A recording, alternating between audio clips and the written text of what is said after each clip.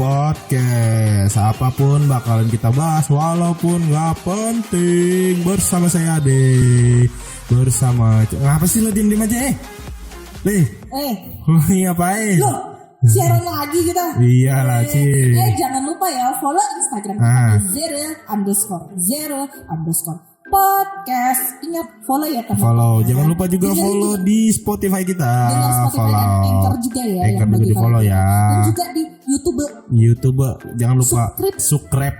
Oke, jangan subscribe. Oke, jangan lupa di subscribe. Sama like. Oke, like sama Sare. Oke. Subscribe. Like sama Sare. Oke. Ada ketemu lagi. Akhirnya kita ketemu lagi. Nah, kita bakalan bahas yang rame-rame nih. Lu suka dengerin lagu kan? Suka. K-pop. Ya oke, gue tahu tanpa harus lu sebut gue udah tahu. Dan mungkin semua orang udah tahu karena dari episode pertama sampai sekarang lu selalu bahas masalah yang namanya BTS. Gue nggak tahu BTS. Oke, gue nggak tahu BTS. Gue taunya BTX. What is? Nah itu kartun tahun 90-an tuh ada judulnya BTX. Lu gak tahu kan? BTS yang Oke, suka BTS. Jadi kenapa sih gue mau Enggak apa-apa. Lanjutin. Dia 2 minggu tau gak di Billboard. Oke, lanjutin. Gimana? Ya udah gitu. Ngomong-ngomong platform ini kan banyak nih yang lagi rame-rame kayak ada TikTok, YouTube. Tahu nggak sih denger nih kalau cover lagu di YouTube itu kena denda berapa duit? berapa ratus juta. Wow, nah nanti kita bahas itu yuk. Itu lagi rame banget, memang lagi rame, lagi seru dan 500 juta cuy. Gue denger 500 juta. Serius. Dan gue juga nggak tahu sih sebetulnya. Kita nggak bahas itu sebetulnya sih apa ya? Untuk kalau menurut lu sendiri deh Cak, nge-cover lagu kalau menurut lu gimana sih sebetulnya? Dari sudut pandang lu. Gini, sebelum lo ngasih tahu gue, mungkin koreksi ya kalau gue salah. Cover itu seperti apa? Yang gue tahu cover itu adalah misalnya ada satu lagu lagi hits nih, lu cover dari awal sampai akhir lagu itu. Tapi yang biasanya yang gue tahu yang cover itu biasanya misalnya ini full nih, tiba-tiba ada yang cover dengan cara akustik atau cuma dengan piano. Benar nggak sih? Benar. Iya, kalau benar. Dari awal sampai akhir. Benar. Berarti yang banyak cover yang selama ini banyak di YouTube itu nggak boleh dong harusnya. Mungkin bukannya nggak boleh. Mungkin peraturan itu baru-baru ini lagi naik lagi lah gitu kan. Kayaknya kemarin aman-aman aja. Kemarin aman-aman aja karena memang sebetulnya udah lama pencipta lagu dan penyanyi itu teriak karena kan yang sebetulnya yang diributkan ini adalah nggak apa-apa nggak cover tapi meminta izin. Nah, kebanyakan yang nge-cover ini tidak meminta izin sama pencipta lagu atau publishernya. Oke, sekarang gue tanya, misal nih gue nggak dikenal nih sama orang, tiba-tiba gue lagi pengen mengcover lagu, anggap aja Dewa 19 gitu. Gue cover, gue nggak tahu nomornya yang harus gue harus gue minta izin ini kemana gitu. Benar, nah. Itu seperti apa? Nah kalau kayak gitu kan mungkin bisa DM masa nggak tahu sih yang penciptanya siapa gitu penyanyi ya minimal mungkin penyanyinya lah ya mungkin itu tadi gue bilang sebetulnya Pak, DM artis susah Pak lu DM bener. Lu banyak berdoa deh sama Allah Subhanahu Wa Taala biar dibales lu beneran susah DM iya artis. Sih yang gue lihat juga kayak gitu agak susah kenapa di satu sisi penyanyi atau sebetulnya ada plus minusnya. Pertama, plusnya adalah untuk penyanyi dan musisinya, pengcover dan pencipta lagu atau musisinya sendiri. Itu lagunya tambah naik. Benar. Tapi di sisi lain adalah sisi negatifnya adalah harusnya si pencipta lagu dan publishernya itu dapat pencipta lagu lah, pencipta lagu harus dapat royalti juga karena yang cover ini fame gitu loh, jadi naik kontennya gitu loh. Nah kalau di posisi sekarang yang ya sudut pandang gue ya, sudut pandang gue, koreksi kalau gue salah gitu. Banyak dari konten-konten kreator itu yang dikeluhkan oleh pencipta lagu adalah di saat mereka mengcover tidak meminta izin. Oke. Dan yang parahnya lagi, lagunya benar-benar diobrak-abrik dari aransemen yang benar-benar ya kayak beranggapan ya ini lagu gue lah, ini aransemen baru, kasarnya seperti itu, tanpa meminta izin. Dan yang paling parah lagi itu begitu mereka upload, mereka dimonetize dan uangnya dapat mereka tidak dibagi. Nah kita belum lihat peraturan YouTube ya. Kalau setahu gue sih harusnya dari YouTube itu ngebagi dua nih dari monetasi konten itu tadi gitu loh. Kasarannya seperti itu. Gitu.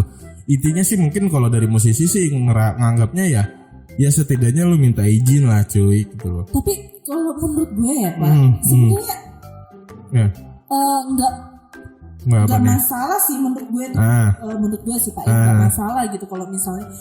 Tapi gue masih aneh aja sih, buktinya ada tuh ya artis di lagu dia di cover gitu, terus dia bilang, gue seneng nih malah dengan coverannya si ini, mereka malah seneng. Dan itu sebenarnya nggak ada izin. Itu gimana tuh prosesnya gitu? Itu balik. Tapi si artisnya nggak artisnya fan aja kan. Gitu. Yang gue lihat sih balik ke artisnya lagi ya Bu. Berarti balik ke artisnya. Balik ke artisnya kalau lagi. Menurut mereka ya udah nggak apa-apa, lu sekalian inilah naikin ini. Ya anggaplah kayak Reza Arab di Weird Genius ya. Dia kan pernah bilang ya udah pakai aja, nggak apa-apa. Lu cover aja seperti gitu. Ini Stephanie Putri itu banyak banget kan yang nggak cover, dia gila banget tuh. Banyak banget dan dia juga nggak mempermasalahkan itu. Padahal dia penyanyinya, pencipta lagunya juga banyak yang cover. Tapi mungkin ini Pak, ada sesuatu yang mungkin ya berapa tahun yang lalu ya. Di saat mungkin ya para mengcover lagu ini harusnya dia paham lagu yang mereka cover ini genre apa, maknanya benar. Dan lu mengcover harus ada tata caranya benar. Mungkin di saat ini naik, berita ini naik, mungkin ada pelaku musisi kita gitu yang nggak terima dengan pengcoveran ini. Lu nggak ngerti maknanya, tapi kenapa lu bikin lagu seperti ini? Benar. Banyak. Iya kan? Yang ya itu tadi gitu loh, tanpa melihat maknanya. Betul. Makanya itu mungkin itulah fungsinya buat meminta izin sebetulnya. Benar. Ya mungkin. Tapi sih sebenarnya nggak salah sih Pak. Misalnya nih contoh, lu lagu Himne Guru misalnya, itu kan lagu maksudnya kita menghayati. Tapi lu bikin itu kayak disco. Ya, dikoploin atau di disco. Kan ya nggak masuk, maknanya hilang jatuhnya. Iya, kayak lu menjatuhkan aja gitu. Ya benar. Sebenarnya kalau lu mengcover itu harus dilihat juga gitu makna lagu ini apa, jangan asal juga gitu demi menaikkan popularitas lo gitu. Benar. Itu seperti yang kita bahas minggu lalu, pansos. Ya. Benar kan? Nah, kalau gue sih sebetulnya kalau ngeliat gini sebetulnya harus ada titik tengahnya. Titik tengahnya adalah yang dikeluhkan para musisi dan pencipta lagu adalah lo harus minta izin dan deal-dealan royalti lah, bagi royalti lah kesannya kalau seandainya itu dipublish di YouTube yang sudah dimonetize gitu. Nah, mungkin kendalanya teman-teman dari konten kreator adalah mereka izinnya di mana. Nah, dan kita udah coba browsing kayaknya belum ada kayak situs resmi lah ya. Situs resmi buat meminta izin. Entah mungkin di Wami kali ya.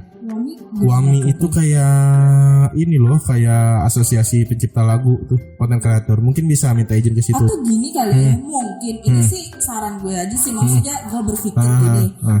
Kenapa ada satu media yang menengahi untuk para musisi dengan para pengcover lagu ini? Kan nggak salah juga kan bukan salah musisi juga untuk menentukan itu kreativitas mereka. Karena haknya mereka sebetulnya benar.